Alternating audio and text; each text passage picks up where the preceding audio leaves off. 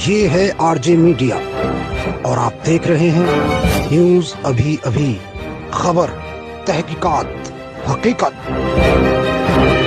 Saharanpur police प्रशासन द्वारा जहां फसल के अवशेष पराली जलाने को लेकर किसानों पर लगातार कार्रवाई की जा रही थी, वहीं अब गन्ने की पत्ती को लेकर भी प्रशासन ड्रोन कैमरे से नजर रख रहा है। आपको बता दें कि फसल के अवशेष पराली खत्म होने के बाद अब सरकार की नजर गन्ना किसानाएं पर है। सैटेलाइट से गन्ना किसानाएं के खेतों पर नजर रखी जा रही है।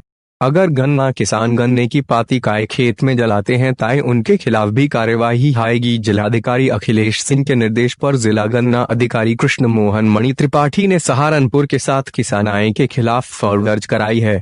डंडा FIR के साथ साथ इनका गन्ना सटा भी बंद कर दिया गया है। जिला गन्ना अधिकारी ने बताया कि सैटेलाइट से प्राप्त गन्ने की पाती जलाई थी। सैटेलाइट रिपोर्ट के बाद जांच कराई गई ताइमा के पर खेत में पाती की राख मिली है। गन्ना अधिकारी ने बताया कि जनपद के अलग अलग थानों में किसानों खिलाफ मुकदमा दर्ज कराया है।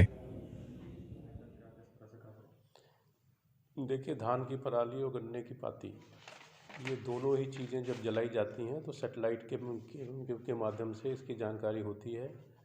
शासन स्तर से भी और कृषि विभाग के स्तर से भी इसकी जानकारी हम लोग को उपलब्ध कराई जाती है। हम लोग प्राथमिक तौर पर किसानों को समझाने बुझाने का काम कर रहे हैं।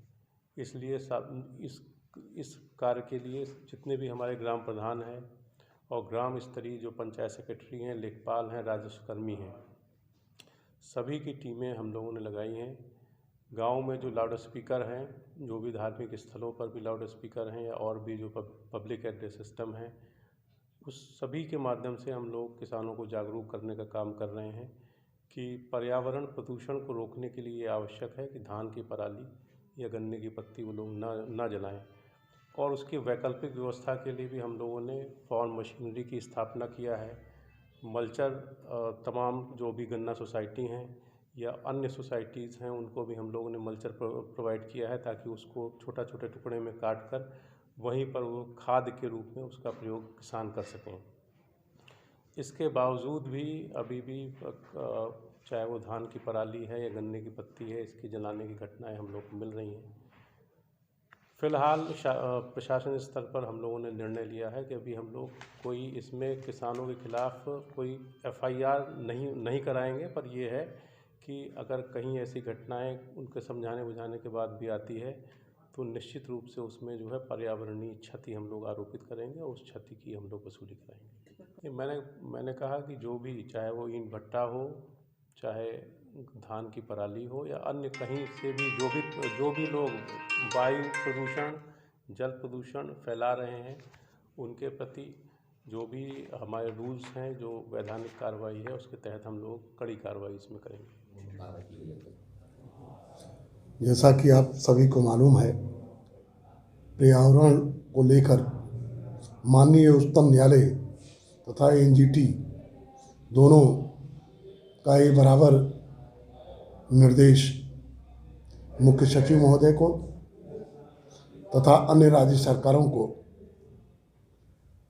स्पष्ट रूप से स्वयं तलब करके NGT में, और ये निर्देश दिया गया कि किसी भी प्रकार से पर्यावरण को क्षति न हो, इसलिए इंश्योर किया जाए कि पराली तथा गन्ने की पाती जलाने की घटनाएं न हों।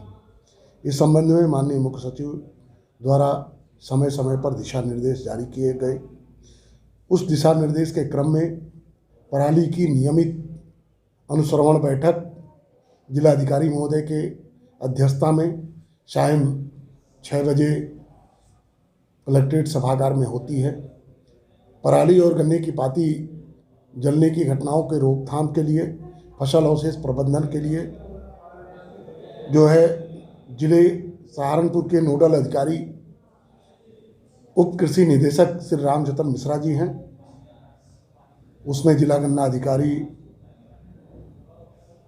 पंचायत राज विभाग तथा पशुपालन विभाग, ये सभी जो है उसके सदस्य हैं।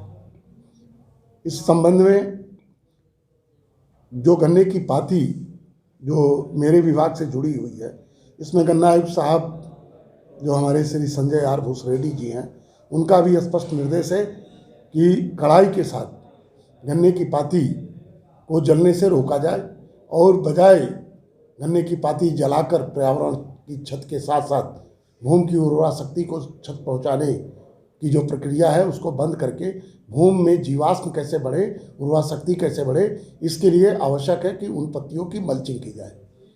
इसके लिए हमारे गन्ना विभाग में हमारी 2 चीनी मिल समितियां हैं, सरसावा और नौता,